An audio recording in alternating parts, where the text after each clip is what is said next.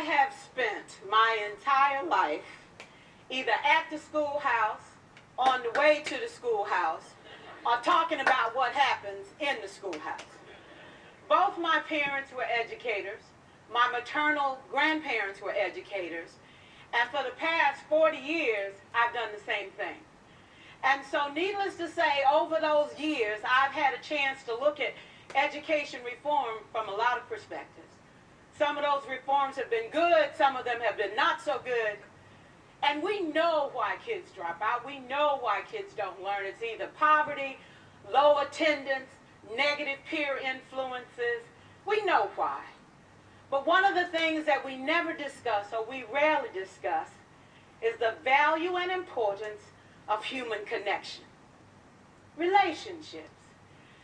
James Comer says that no significant learning can occur without a significant relationship. George Washington Carver says all learning is understanding relationships. Everyone in this room has been affected by a teacher or an adult. For years, I have watched people teach. I have looked at the best and I've looked at some of the worst.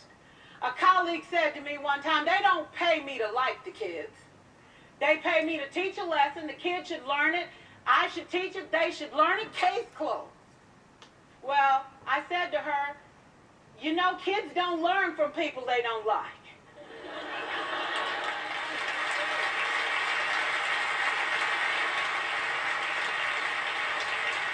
She said, that's just a bunch of hooey. And I said to her, well, your year is going to be long and arduous, dear. Needless to say, it was. Some people think that you can either have it in you to build a relationship or you don't. I think Stephen Covey had the right idea. He said you ought to just throw in a few simple things, like seeking first to understand as opposed to being understood. Simple things like apologizing. You ever thought about that? Tell a kid you're sorry, they're in shock. I taught a lesson once on ratios. I'm not real good with math, but I was working on it. And I got back and looked at that teacher edition. I taught the whole lesson wrong. So I came back to class the next day and I said, look guys, I need to apologize. I taught the whole lesson wrong. I'm so sorry. I said, that's okay, Miss Pearson. You were so excited. We just let you go.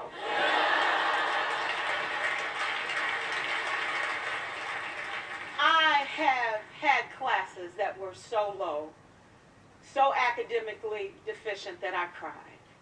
I wondered, how am I going to take this group in 9 months from where they are to where they need to be? And it was difficult. It was awfully hard. How do I raise the self-esteem of a child and his academic achievement at the same time? One year I came up with a bright idea. I told all my students, you were chosen to be in my class because I am the best teacher and you are the best students. They put us all together so we could show everybody else how to do it. One of the students said, really? I said, really? We have to show the other classes how to do it. So when we walk down the hall, people will notice us. So you can't make noise. You just have to strut. And I gave him a saying to say, I am somebody. I was somebody when I came. I'll be a better somebody when I leave. I am powerful and I am strong. I deserve the education that I get here. I have things to do, people to impress, and places to go. And they said, yeah. You say it long enough, it starts to be a part of you. And so,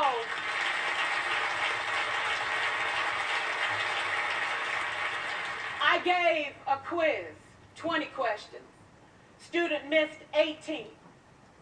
I put a +2 on this paper and a big smiley face. He said, Miss Pearson, is this an F? I said, yes. He said, then why'd you put a smiley face? I said, because you on the roll. You got 2 right, you didn't miss them all. I said, and when we review this, won't you do better? He said, yes, ma'am, I can do better. You see, -18 sucks all the life out of you. +2 said, I ain't all bad.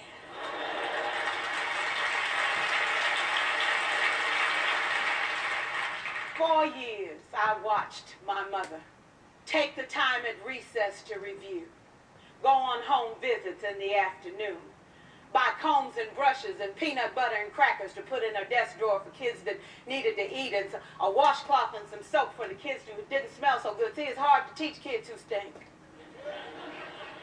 And kids can be cruel.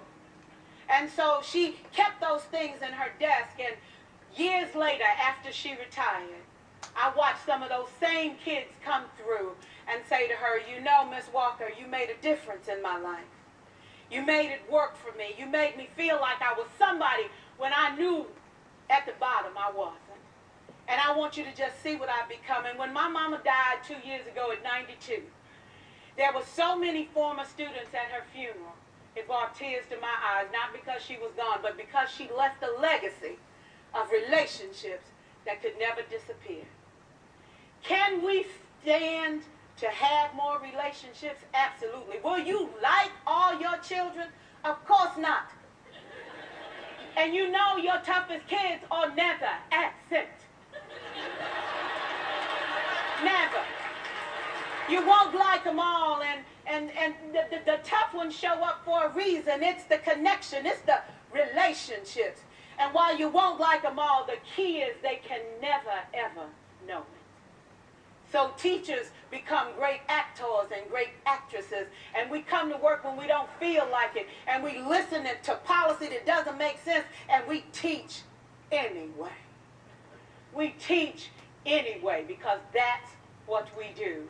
Teaching and learning should bring joy. How powerful would our world be if we had kids who were not afraid to take risks, who were not afraid to think, and who had a champion? Every child deserves a champion, an adult who will never give up on them, who understands the power of connection and insists that they become the best that they can possibly be. Is this job tough? You betcha. Oh God, you betcha. But it is not impossible. We can do this. We're educators. We're born to make a difference. Thank you so much.